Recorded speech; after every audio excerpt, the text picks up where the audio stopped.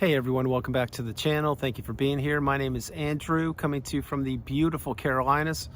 Today's topic is going to be why you thought it was your fault. Think about that for a minute. Everyone, if you like the content, please like, subscribe, and share.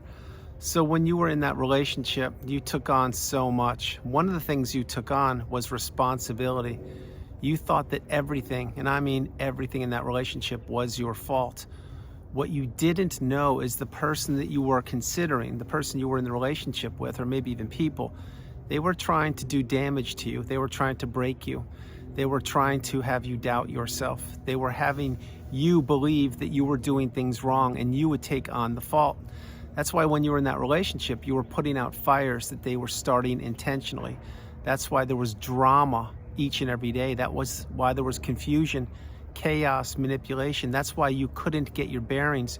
You were walking around on eggshells. You didn't know that all of these experiences that you went through had definitions for them and there are terms for them. Example, what is gaslighting? What is the silent treatment?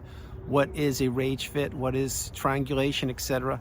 You're now understanding that these behaviors actually have terms and definitions that go along with them. Once you applied those definitions with your real life experience, that did equal wisdom. I've shared that in hundreds of videos over the years. The wisdom is a newfound superpower. It's a newfound superpower that you were not supposed to acquire because the narcissist or the toxic people were thinking that they would keep you stuck in that devaluation stage, stuck blaming yourself, stuck taking the responsibility and believing that everything was your fault. Now, if you go back in that relationship, think of all the things you did for that person or those people. You probably gave them rides, loaned them money, put a roof over their head, sent their kids to university. Maybe you got married, relocated, created a family. Maybe you went into business with them. Maybe you gave them their first job. Maybe they were your roommate. Maybe it was a neighbor. Maybe it was somebody in an organization or hobby group that you were part of that glommed onto you. What happened, any way you cut it, is this person who turned out to be toxic, they looked at you and your energy. They looked at you and your creativity. They looked at you as a person that they could exploit and take advantage of. And when they got really close to you, no matter how they did it, it was too late. You weren't taught this in school. You did not know that another person could manipulate another person day in and day out, week after week, without even considering that they're doing damage to somebody. If you flip that for a moment, what does the narcissist actually want to do? They want to do damage to people. The narcissist does not want anyone to elevate higher than they are. They don't want anyone to achieve greatness. They don't want anyone to find their purpose. What the narcissist wants is the indentured servant, the unpaid helper, the walking apology. They want someone who will regulate them, someone who will be there for them. The narcissist needs people. They need supply sources, and they are loyal to nobody, and I mean nobody. Once your utility was expired, or once the narcissist had taken whatever they wanted from you, or you did whatever they needed you to do for them, that's when that relationship ended like that. That's what is called the discard. And if you experienced the discard, you know what I'm talking about. If you weren't discarded, you're very fortunate, but you still had to remove yourself from the tethers of the narcissistic relationship. Maybe you ended it yourself. No matter how you cut it, this is the relationship you will need to heal from. You're understanding that now. You're also understanding something for this video, which is that it was not your fault. You see, the narcissist blames anybody. They will blame you, they will blame their kids, they will blame their spouses, they will blame anybody they want to for anything, because the narcissist cannot introspect, they cannot be accountable, and they cannot look in the mirror and know and admit to all the damage they've inflicted upon not only you, but anyone who came close to them. When you met the narcissist, most likely they were wearing a mask. They were probably giving you the staring of the eyes, turning on the charm, batting their eyelashes, showing their rosy cheeks, their pearly whites, whatever they were doing. Maybe it was their brain that attracted you to them. Maybe you weren't even physically attracted. Maybe it was their cerebral powers, meaning they could recite the Bible or scripture or famous novels from years ago, and they seemed to have it all together. They were so intellectual. Well, one thing turned into another. Next thing you know, that acquaintance turned into a friendship. Maybe the friendship turned into roommates. Roommates turned into romance, and next thing you know, you're walking down the aisle. Maybe that wasn't it. Maybe the narcissist or the person you're considering is your sibling. Maybe you just cracked the code a couple days ago. You figured out that, wow, it's my brother, it's my mom, and they've been blaming me forever, or an adult parent.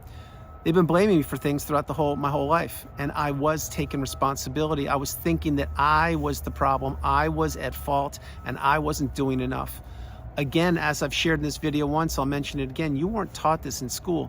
So you didn't know that certain behaviors had definitions, and that most of us on the channel and in the community have experienced all of these, if not more. But we again were kept in the dark. We again were being repressed. We did not have a voice. We were being silenced. We were doing what we were told to do. We were loyal to a fault. We were committed in a relationship that we didn't realize was trying to destroy us. And the more we gave to the narcissist, the more they took. The more they took, the more they wanted. The more they wanted, the less we had to give. The less we had to give, the more they looked for our replacement, i.e. the new supply. This is how the cycle goes around and around and around in a loop. You were one cog in that narcissistic abusive cycle for a period of time. And that period of time wasn't a length of your life. Maybe it was a year, 2 years, 10 years. Who knows what it was? Maybe you were born into the narcissistic relationship, but now you understand you need to get out because you've put 2 and 2 together.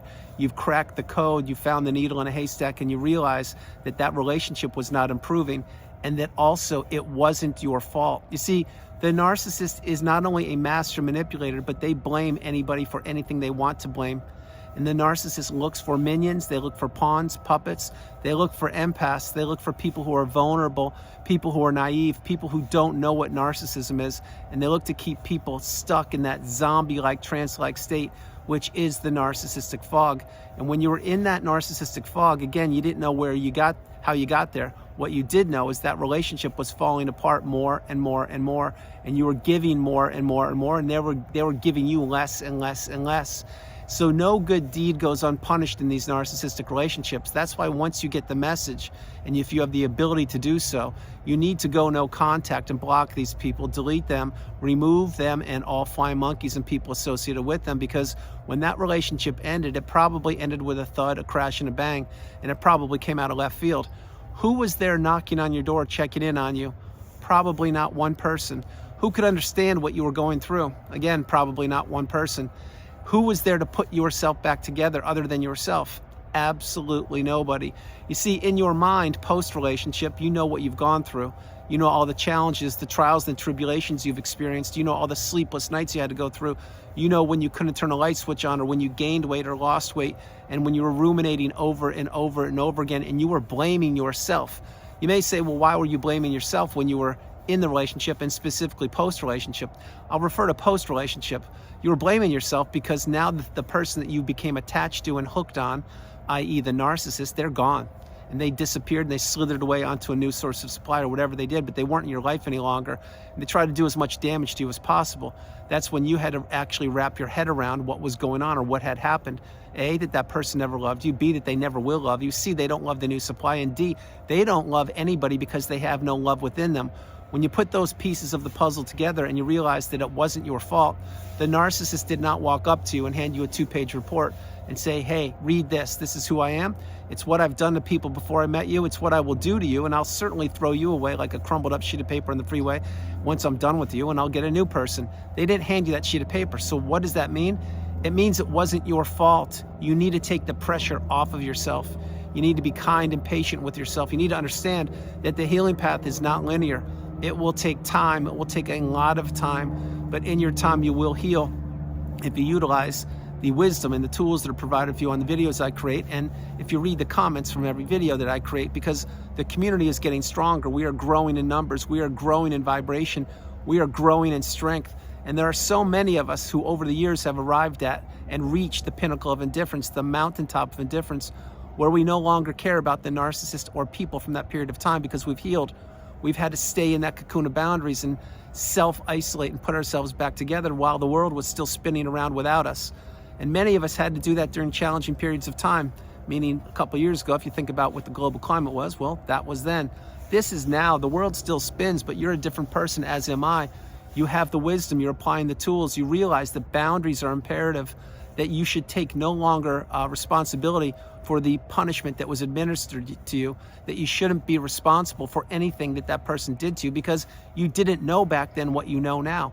It wasn't your fault. You were looked at as an opportunity. You were looked at as the sounding board, etc. You were looked at as someone who would tolerate and stay in that relationship because you were committed and you were giving to a fault and you had a high level of empathy as long as you possibly could until all of your resources became depleted and defunct. And who was depleting your resources? It wasn't you. It was the narcissist taking everything from you, which included your health, your mindset, your clarity, your money, your relationships, your hobbies, your hopes, dreams, aspirations, goals, your job, your purpose. They took it all and more when you're in that relationship. Until when? Until something broke. And that's when the discard happened, or that's when you removed yourself from that relationship. And that's when the narcissist went on to a new source or whatever they did. And that's when you had to heal.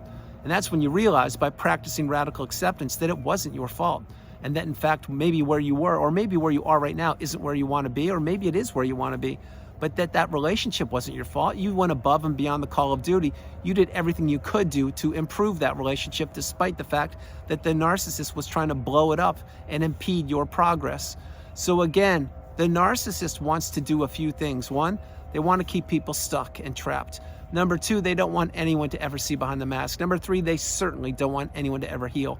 And number four, they want to continue to be like a bull in a china shop, to abuse people wherever they are gallivanting the globe. And they want to wipe the past clean as if it never happened, or paint the past however they want to, using the smear campaign or gaslighting or whatever lies they tell, because this is how they catapult themselves from one leg of their life to the next leg of their life.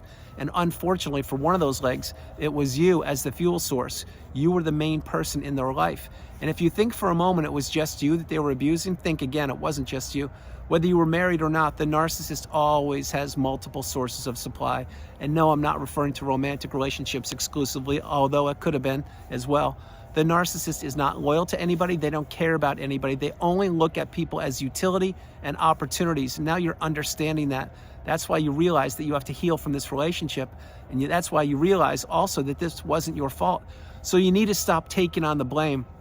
You need to stop taking on the verbal abuse that they told you, all the punishment they told you, that you wouldn't amount to anybody, to anything, that no one liked you, no one cared about you, that if you only did this, this, or this, then they would have done that, that, and that.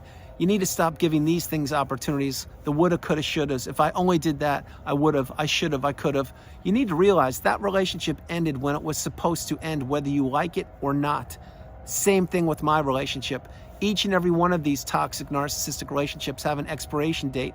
We didn't know it back then. We do know it now. So you should be grateful and fortunate that you're out of it and you're not experiencing the toxicity in your veins and in your life and in your aura. However, caveat, if this relationship ended for you recently, there's work to be done. You're going to have to wrap your head around how that person did what they did. You're going to have to wrap your head around the fact they don't care about you, they never did. You're also going to have to wrap your head around the fact what narcissism is, and that they're not loyal to anybody, and that they had done this before they met you. They did it with you, and they're doing it to somebody else right now. That's why the loop continues to go around, and that's why the one constant, the one common denominator in the narcissistic abusive cycle, it is the narcissist. It's not you. The narcissist is stuck in that loop, and they want to keep people captured and trapped in that loop of misery with them. This is why the narcissist has multiple smartphones. This is why the narcissist can't sleep. This is why the narcissist is riddled with anxiety. This is why the narcissist blames anybody they can. This is why the narcissist can't change, elevate, grow, or ascend.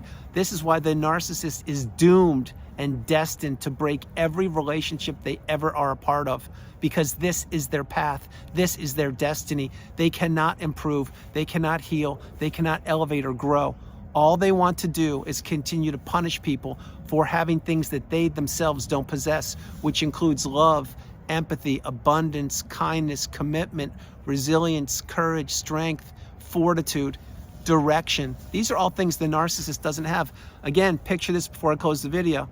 The narcissist is a boat in the middle of the ocean, and they don't have a rudder or they don't have a sail to direct them. And then along comes you and your sail and your engine or your boat or whatever you have, and they say, oh, this boat, which was you, this thing's running perfectly and it knows where it's going, it knows what it wants to do. I'll jump off my boat, which is the discard of the former source of supply. I'll jump onto your boat. You're going to take me where I want to go. Now the direction that you want to go in is going to be this direction, but I will make sure that I mind you, and I get you in that narcissistic fog and the trance, and I steer the boat in the direction I want it to go to. And then again, once I get you to steer your boat in the direction I want it to go to, then I'll puncture holes in that, discard you, see if you make it, and I'll jump onto a new boat. This is what the narcissist is doing. They're always using other people's boats. They don't have a boat of their own. They need to take what they don't have, and they need to destroy people's lives for being themselves. That's what happened with me, and I'm certain that's what happened with you. So get the message. The narcissist, with the boat analogy or the boat example, they're in the ocean.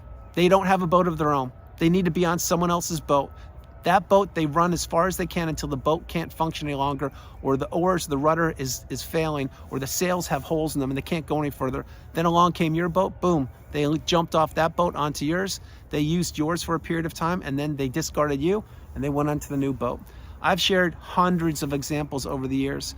I just want to let you know that if you think for a moment these people improve, or if you think for a moment these people change, or if you think for a moment these people care about you or anybody, you really need to think again. They only care about themselves, and they only get worse over time. That's why each and every one of these relationships only deteriorates.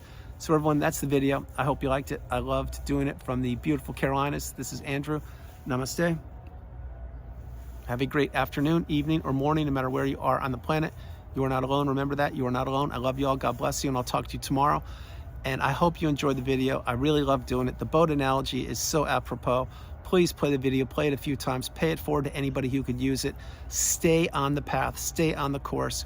Realize you are stronger than you know. Realize you were targeted, you were tested, and now you're healing, or you've healed. This took a twist and a turn in your life, this narcissistic relationship. This, you may think it wasn't how it was supposed to be, and I could say the same thing, but that's not reality. Reality is you were in the relationship, as was I. Now you're out. You've either healed or you're healing. Either way you cut it. Maintain no contact, block these people, delete them, remove them and all flying monkeys and people associated with them. If not now, when? If you can't do that, either utilize Grey Rock or simply get ready to create, develop, and execute your exit plan. But once you identify that you were in a narcissistic relationship or a toxic relationship, you need to get away from these people as far and as fast as you possibly can, because it will never improve, no matter what you think. You could have all the money in the world, you could own your own country, you could own whatever you wanted to. It will never be enough. You need to understand that. So that's the video. I love you all. God bless you, and I'll talk to you tomorrow. And I hope the video was good for you. It's a little bit noisy here. I hope you guys didn't hear it, but I want to change up the scenery, and the weather's getting really nice, although it's not today. It'll be much warmer tomorrow. So enjoy yourselves. Have a great evening. And wherever you are consuming this content as I'm creating it, please stay on the course, stay on the path, see the light at the end of the tunnel, and continue to move forward each and every day. This is your journey, it's your life, and you deserve to live a life free of toxicity, of manipulation, of drama, and of any narcissist or any person that does not have your best interest at heart. I love you all, and I'll talk to you tomorrow. Bye, everybody.